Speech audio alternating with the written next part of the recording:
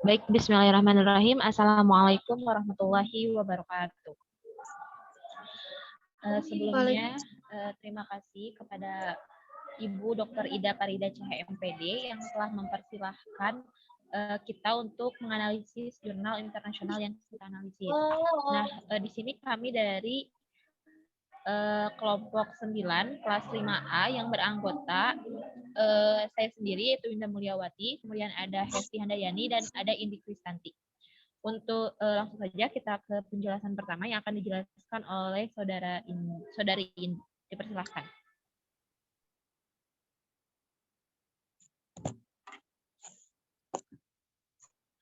Oke, di sini kita menganalisis jurnal tentang kecenderungan periodik dalam simulasi lingkungan pengolahan air, di mana metodologi untuk melibatkan siswa dalam pembelajaran kimia anorganik pada tingkat yang lebih rendah. Nah, jurnal yang kami analisis ini merupakan Journal of Chemical Education, terus pada tahun 2020 dengan volume 8 nomor 97. Untuk link doi-nya sudah tertera ya. Kemudian sebelum ke pembahasan selanjutnya, di sini kami dari kelompok 9 yang beranggotakan saya sendiri, Indi Kristanti, ada Winda Mulyawati, dan juga ada Hesti Handayani. Langsung saja di sini ada latar belakang masalah. Untuk poin yang pertama yang akan kita bahas itu ada urgensi penelitian. Di sini ada 3 poin pada poin urgensi penelitian. Yang pertama ada adanya pemikiran siswa yang menganggap kimia itu sulit. Terus yang kedua ada adanya penurunan minat siswa dalam program laboratorium untuk kimia unsur. Nah, yang terakhir ada penurunan minat siswa yang menggunakan laboratorium klasik gitu. Terus pembahasan yang selanjutnya ada tentang aspek penelitian yang baru, yaitu di sini peneliti memutuskan untuk menggunakan metodologi berbasis penyelidikan dalam 1 semester penuh laboratorium eksperimental pada materi kimia unsur. Dalam upaya ini untuk meningkatkan minat bakat mereka. Nah, yaitu dengan membandingkan 2 metodologi, di mana metodologi ini ada tradisional dan juga ada yang berbasis inquiry gitu, yang nantinya itu akan dievaluasi dengan kuesioner anonim. Next. Oke, di sini ada rumusan masalah yang akan kita bahas. Yang pertama itu ada meningkatkan minat siswa pada kimia anorganik. Yang kedua ada meningkatkan persepsi siswa tentang pentingnya kimia unsur. Dan yang terakhir ada memverifikasi pembuatan metodologi klasik dalam pemahaman kimia unsur. Baik, untuk selanjutnya akan dijelaskan oleh rekan saya.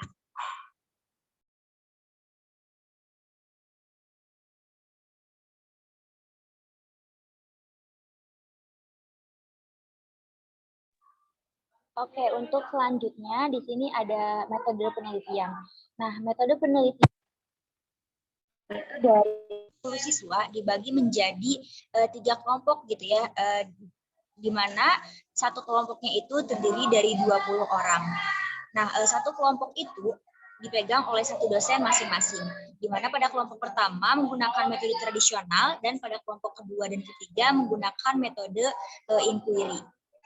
Nah, pada kelompok kedua itu sampai kepada tahap reporter atau melaporkan ulang gitu ya dari hasil penelitiannya. Sedangkan pada kelompok 3 itu tanpa ada reporter, tanpa adanya melaporkan ulang, tetapi sampai pada hasil penelitian.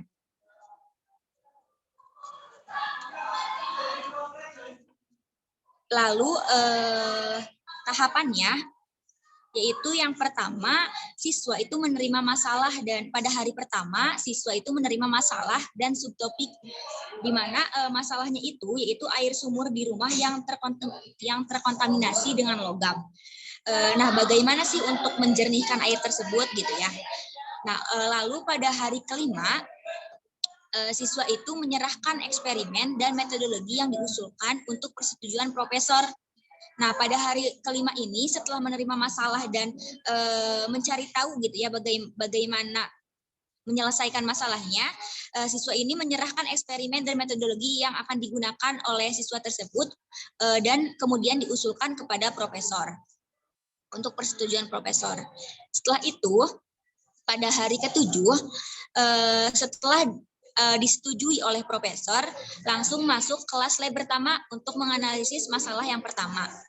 Nah, setelah kelas pertama, lalu dilakukan rasionalisasi hasil dari kelas lab pertama tersebut gitu ya. Nah, rasionalisasi hasil dari mereka itu yaitu dilakukan pada hari ke-7 sampai hari ke-12. Nah, setelah itu pada hari ke-12, siswa itu menyerahkan kembali eksperimen dan metodologi mereka yang ditingkatkan untuk persetujuan dari profesor. Jadi dari hasil resonansinya itu lalu ditingkatkan dan tentunya harus dengan disetujui profesor. Lalu pada hari ke-14 dilakukan kelas lab kedua untuk masalah pertama. Dan pada hari ke-21 dilakukan kelas lab ketiga untuk masalah kedua dan penyerahan laporan pertama.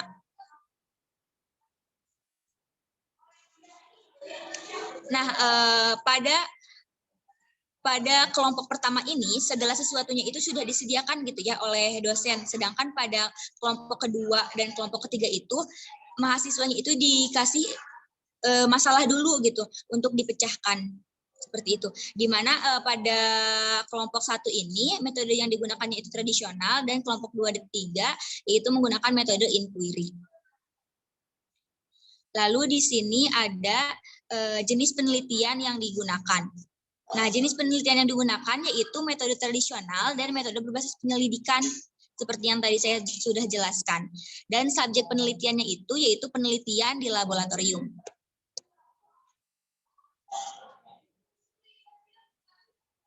Lalu di sini ada variabel-variabel yang diteliti. Nah, variabel yang diteliti itu di sini ada variabel terikatnya yaitu pemahaman siswa tentang reaktivitas unsur dan variabel bebasnya yaitu penurunan minat siswa. Di mana variabel terikat dan variabel bebas ini saling berpengaruh gitu ya. Variabel terikat ini yaitu variabel yang dipengaruhi atau yang menjadi akibat karena adanya variabel bebas sehingga penurunan minat siswa ini akan berpengaruh terhadap pemahaman siswa tentang reaktivitas unsur. Nah, adapun variabel kontrolnya yaitu simulasi lingkungan pengelolaan air. Nah, simulasi lingkungan pengelolaan air ini merupakan variabel yang dikendalikan sehingga nantinya itu pengaruh variabel bebas terhadap variabel terikat itu tidak dipengaruhi oleh faktor luar yang akan diteliti. Adapun teknik pengumpulan dan analisis datanya yaitu mengevaluasi dengan kuesioner anonim. Selanjutnya akan dijelaskan oleh rekan saya yang lain.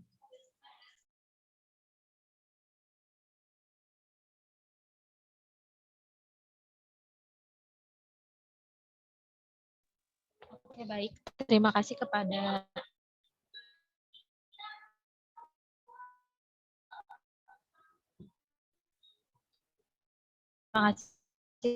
Hesti yang telah menjelaskan dan pembahasan. Sudah dijelaskan ya tadi?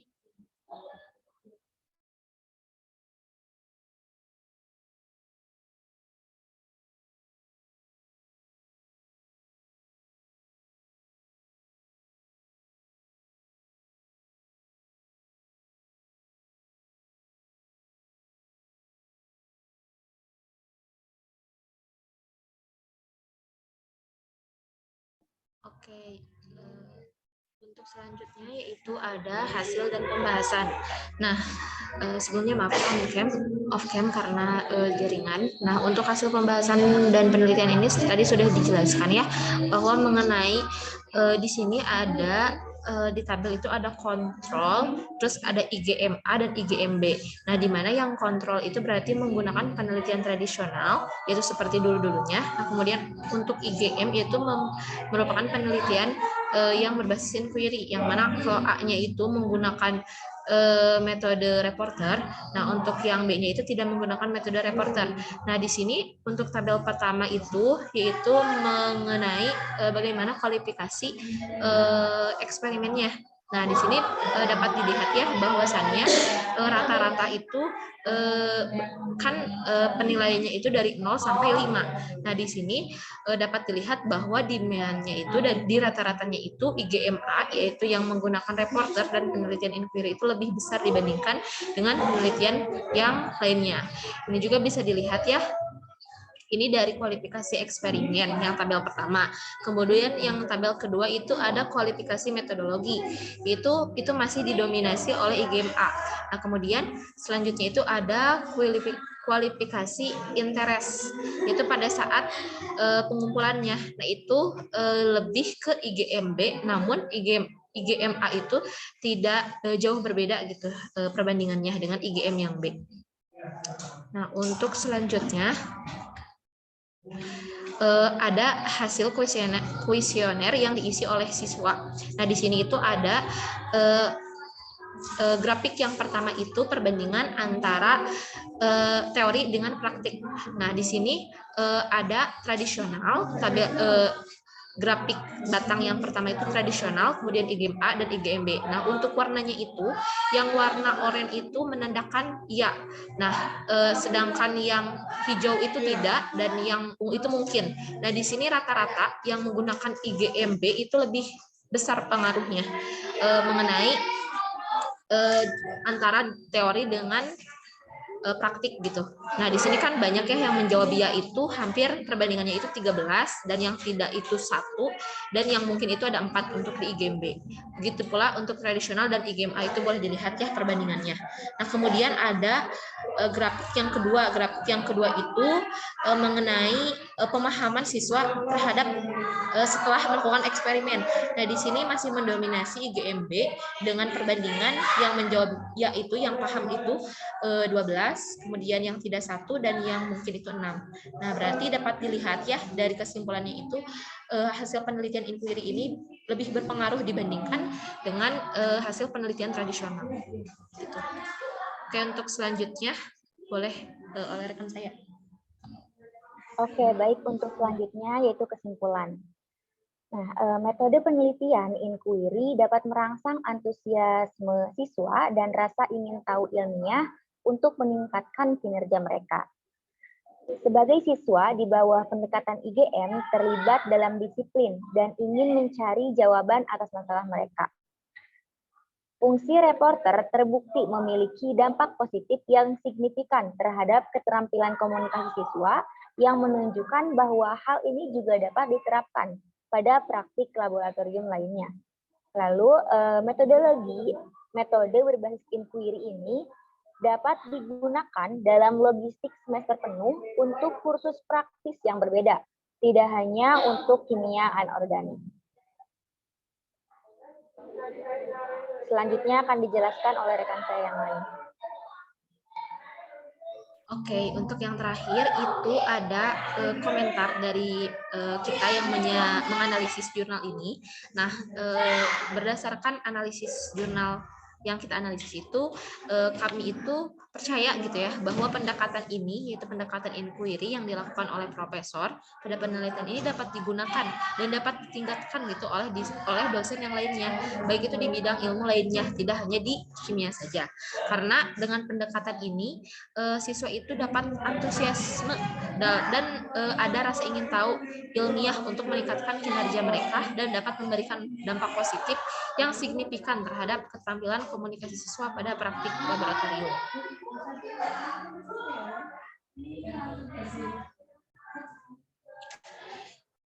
Baik, mungkin sekian presentasi dari kami. Mohon maaf bila ada kesalahan. Wabillahi taufiq wal hidayah. Wassalamualaikum warahmatullahi wabarakatuh. Waalaikumsalam warahmatullahi wabarakatuh. Waalaikumsalam.